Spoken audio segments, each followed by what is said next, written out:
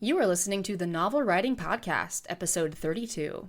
Grab a cup, cozy up, and let's get to writing. Today's episode is the 28th of 60 daily episodes that pair with the videos from Haley's 60-Day Novel Writing Challenge. You can watch the first 5 days of the challenge for free on Haley's YouTube channel, and the link to that is in the description. Day 28 of the challenge is about proactive characters. Quick question for you. Who are the most boring people in your life? I'm guessing at least one or two names and faces popped into your mind. In the story of your journey through this universe on this pale blue dot, those people are the non-proactive characters, which I just realized also shortens down to NPC, and that is not what I intended, but it is funny nonetheless. Next question. Who do you know who just sits around complaining about life, never taking ownership over what's happened to them, or who just doesn't take the reins to change what isn't working for them? I'm guessing more names and faces pop to mind. We all know people like that.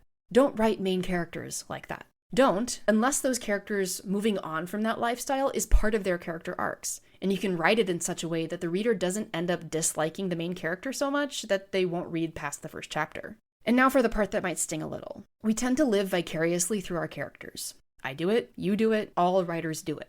There's nothing wrong with that, but I don't want you to live your entire life through the eyes of the characters that you wrote on the screen. I want you to ask yourself how you can amp up your life, be more proactive as the main character in your story, so that your life imitates your art. Not necessarily all the bad things or the excessive drama and the obstacles that we heap on our creations, but being more like the characters we write, since we tend to write our most desired traits into the characters that we direct through the pages of our books.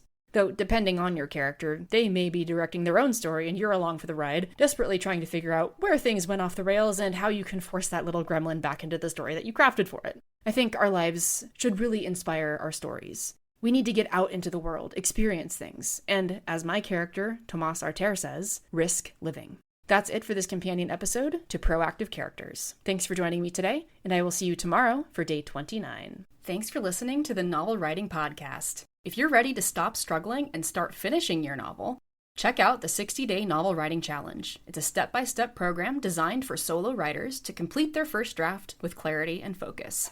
Visit the link in the description to learn more.